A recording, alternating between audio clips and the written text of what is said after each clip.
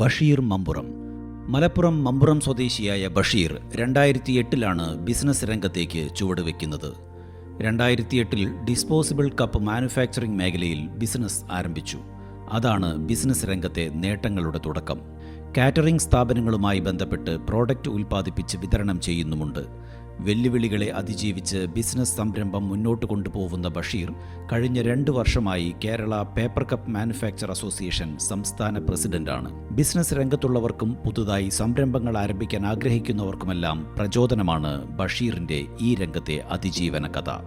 സാമൂഹ്യ പ്രവർത്തകൻ കൂടിയായ ബഷീർ ഭിന്നശേഷിക്കാരുടെ സംഘടനാ രംഗത്തും നിലകൊള്ളുന്നു.